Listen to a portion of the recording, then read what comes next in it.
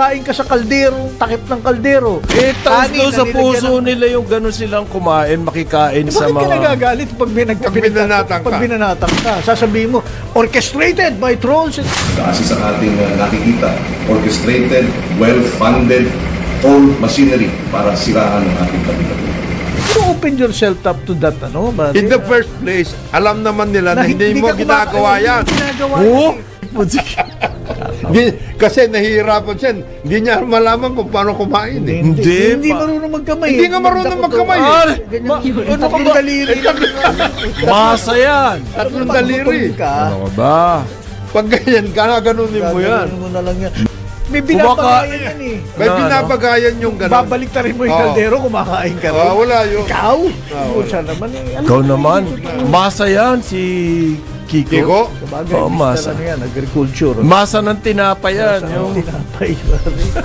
Galit na galit siya eh. Pinagagalitan pa si George Garcia. Sino? Chairman. Sana mapag-aralan ng COMELEC. Wala pa rin akong sagot sa tanong ko na anong gagawin ng COMELEC dito. Wala kang ginagawa para i-control yung mga trolls. In the first place, hindi gagawin din ni George, ni chairman yon. Unang-una, alam niyan, hindi ka rin ganun kumakain ng ganun eh. Alam niya yun. Ba't niya gagawin ngayon? Hindi naman. Kung hindi bagay sa'yo, huwag kang magpapa... Hindi naman po sinasadya yun. Hindi naman po ka... Alam mo na pag ginawa. Alam mo yun. Sa panahon ngayon, lahat nakaganyan ng telepono eh. Alam mo. 51% daw po or around 14,000.4 million families. Ang tingin nila sa sarili nila mahirap. Mahigit sa kalahati. Ilan, sorry? 52%. So, mga 14.4 million families. Okay. They feel they're poor. They feel, ang tingin nila sa sarili nila, mahirap sila. Hindi naman yan yung survey na may hungry pa yung...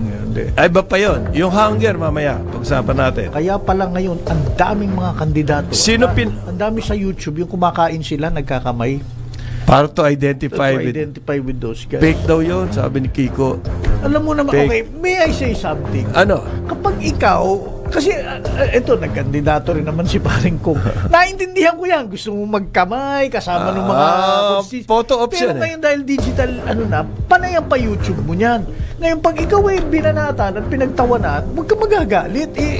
Nagpakuha kang ganyan na kumakain ka sa kaldero, takip ng kaldero. Tapos doon sa puso nila yung gano'n silang kumain, makikain sa mga... Bakit ka nagagalit pag binanatan ka? Sasabihin mo, orchestrated by trolls. Hindi po. Totoo naman, orchestrated by trolls eh. Pero nakasama na rin yun, pero you open yourself up to that, ano? In the first place, alam naman nila na hindi mo ginagawa yan. May binabagayan yan eh. May binabagayan yung gano'n. Babalik ta rin mo yung kaldero, kumakain ka rin. Wala yun. Ikaw? Siya naman eh. Ikaw naman. Masa yan si Kiko. Sabagay, masa na yan, agriculture. Masa ng tinapay yan. Tinapay. Galit na galit siya. Pinag-ano daw siya. Hindi, tama. Pinagagalitan pa si George Garcia. Sino? Chairman? Bakit? Hindi, kasi daw... Bakit ayaw daw... Wala kang ginagawa para i-control yung mga trolls. In the first place, hindi gagawin din ni George. Ni chairman yon. Unang-una, alam niyan, hindi ka rin ganun kumakain ng ganun eh. Alam niya yun. Ba't niya gagawin ngayon? Hindi naman. Kung hindi bagay sa'yo... Parin Jonat naman, nangangampan niya, nagkataon ginutom siya, nayaya siya, di nakikain siya. Meron naman nagkataon binidyo siya. At pinost pa yung na video. Huwag kang Hindi naman po sinasadya yun. Hindi naman po ka... Alam mo na pag ginawa. Alam mo yun. Sa panahon ngayon, lahat nakaganyan ng telepono. Alam mo na yun. Nandudong ka. Sinabihan niya pa nga daw, huwag niyo ipopost. Alam mo, mas gusto ko, if you remember dati, si Presidente Cory, yun naman ang sobra. Siya naman, iba talaga personality niya. Nung kumakain siya sa kampo, somewhere in Mindanao, kinunan siya na, kilala na, yung golfer yun si Albert Reyes. Nakakutsara? Hindi, nagkakamay, nagalit siya na, sabi niya sa mga photographer, wag naman ganun. Huwag naman nga kumakain ako eh. But ngayon, ang mga politiko, huy, eto, harapan ba? Isusubo Harapan? Harapan, sabi. So ngayon, to identify with the poor, ganun ang strategy nila. Mali. Ayon sa kanila. Hindi nga, baka mag-backfire. Of course, Magbabackfire talaga yun. Magbabackfire. Sigurado yun. Binabagayan yan eh. Alam nila nagkukunyari ka. Okay. Ang pinakamataas daw po ay sa Mindanao, 60%. Ay hindi, Visayas, 62%. Mindanao, 60%. Ang tingin nila sa sarili nila ay mahirap. Sa Luzon, mababa 46%, pero mataas pa rin to. 46% ng mga pamilya. Ang NCR ay 51%. Okay? Yan po ang Recent yan self-rated poverty yan eh. Wala po sukatan dyan. Walang measure or basihan and everything. Basta ine-interview lang yung tao, sinasabi tingin mo sa sarili mo, ang tingin nila sa sarili nila ay mahirap. Mahigit sa kalahati po ng pamilya dito sa atin. Yan ang tingin. Ngayon, yun sa hunger,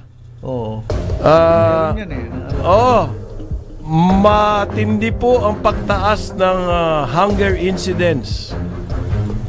I'm more concerned dyan, Bali. 35.6% in March. Noong pong Pebrero, nasa 26% lang yan. Ngayong noong nakaraang buwan, pumalo ng 35%. Ayun. Yan naman ang survey ng SWS. Oo. Hunger po yan, ha?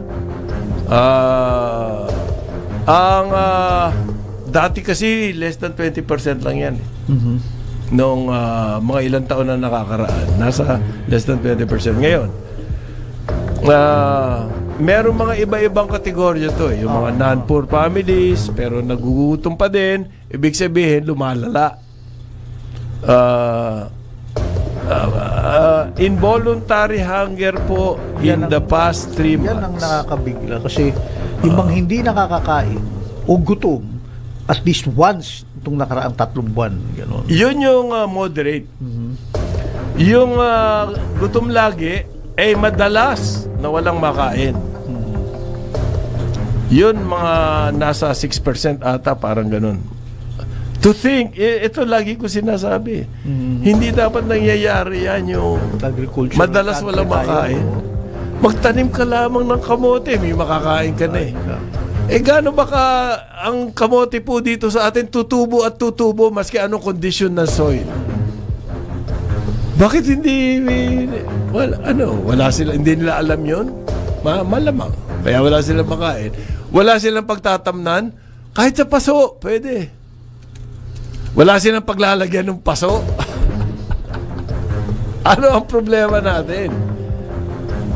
Para magutom ka. Hindi naman, it's not as if na nag-i-snow rito. Di ba, pare? Kung nag-i-snow rito, maiintindihan ko na absolutely wala kayong makain dahil sa kayo kukuha. Pero kung pwede naman magtanim, kahit kamote, kahit kangkong, ano pa ba pwede itanim? Hindi ka pwedeng gutumin. Ayan. Pero ito, pare, it's so ironic. Sabi po ng Nutrition Institute, almost 40% daw po ng Pilipino obese. Paano nangyari yun? Ang taas ng hunger incidence, pero 40% mataba. Aray ko. Tinatamaan kami Nasa sa ano yan? Hindi magandang diet. Nasa sa kinakain ninyo. Baka puro yung kayo. quality. Baka puro kayo yung diet. Oo, yung diet.